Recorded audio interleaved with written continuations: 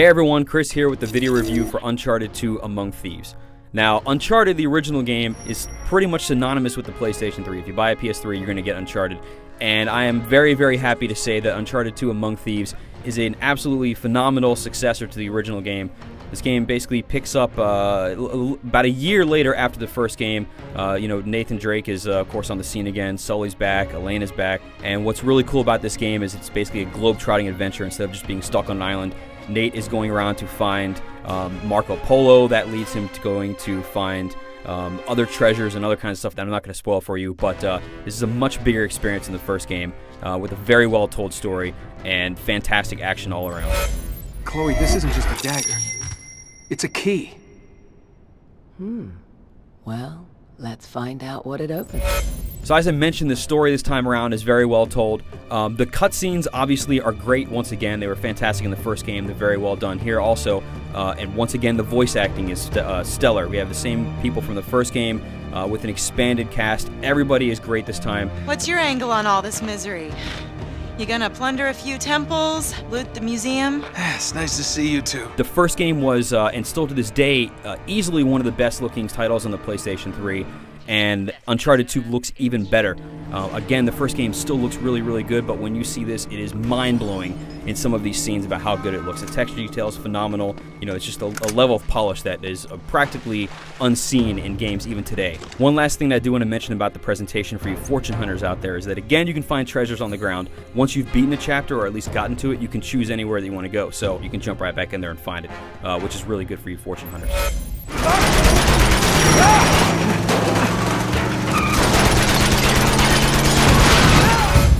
The very good thing about the game is that since it doesn't take place solely on an island this time around, you're going to be in Nepal, you're going to have some street fights, you're going to be up in the mountains in the snow. You will, of course, kind of go into like catacomb type stuff. But there's a whole lot more variety here than we saw in the first game, which is really cool. There are multiple scenes in this game where the actual environment is moving around and changing as you're on it. There is a sequence that's on the train where you are fighting on it as it actually is moving through a level. And so as the train is kind of going around bends, if there's an enemy on the next car, you have to kind of compensate for that. And so it kind of brings the whole experience up to this, Hollywood level of $100 million blockbusters that, you kind of rarely see that sort of thing in video games. Now, like the first game, there's three main gameplay things you're going to be doing. You're going to be shooting people, you're going to be climbing the environment, and you're going to be solving puzzles. In terms of shootouts, basically, that works exactly the same as it was before. You can still take cover, but what's really cool is that the levels are set up to be much more vertical than they were before, and to give you a lot more option in what you're going to do. The game is still very linear. You have to go to this very specific point. There's not really a whole lot of option in how you're going to kind of go around a thing, but when you are in a shootout, you can be, I want to go to the roof, or I want to go to the bottom, or I want to hang from this thing, or I want to kind of go around from the back, and it creates this much more dynamic feel to the fights than you had the first time. Now, one thing that actually does help the fighting a lot is, in the first game you could do lots of hand-to-hand combat, and that's a little more refined here, but I'm not really going to go into that. But what is really cool is that you can use stealth a lot better in this game than you can in the first one. So guys will still see you if you pop your head out, but if you manage to sneak up on somebody, you can take them down in a silent kill. You can yank them over walls or yank them over cover or whatever and take them out. The one bad part about the stealth is that early on in the game there is a segment where you can't be seen. You have to go through kind of stealth, and both myself and Greg Miller, when we played through these, we found it a little bit frustrating because there wasn't as much help beforehand telling you how to do certain things or exactly where to go, and that really is the only segment of the game where I kind of felt like it was kind of misstepping or whatever. But once you get past that, the rest of the stealth and the way that you can use it is great.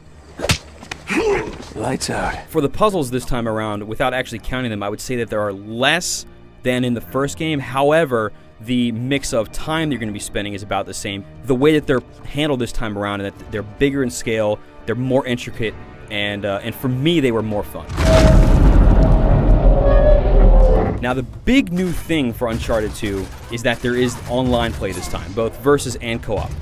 For versus play, you get a whole lot of stuff. You have like team deathmatch, and you have elimination, and you have capture the treasure, which is basically capture the flag. What's awesome is that the gameplay you get in the single-player game translates perfectly to online. So you can climb the environment and go up to the roof, or you can hide behind stuff and take cover and all that. So what you learn to do in the single player translates perfectly over to multiplayer, and if you use it well, it will give you a huge advantage. Now, along with versus, there's also the co-op mode, which is not going straight through the story.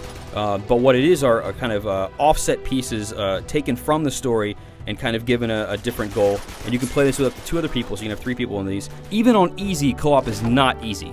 It is very, very hard many times, but they are very intricate, they're very long, they're very, very fun, especially because they're difficult. And I don't imagine you beating all of them very, very soon, which is really cool because it gives you a lot of challenge to go in and play them again.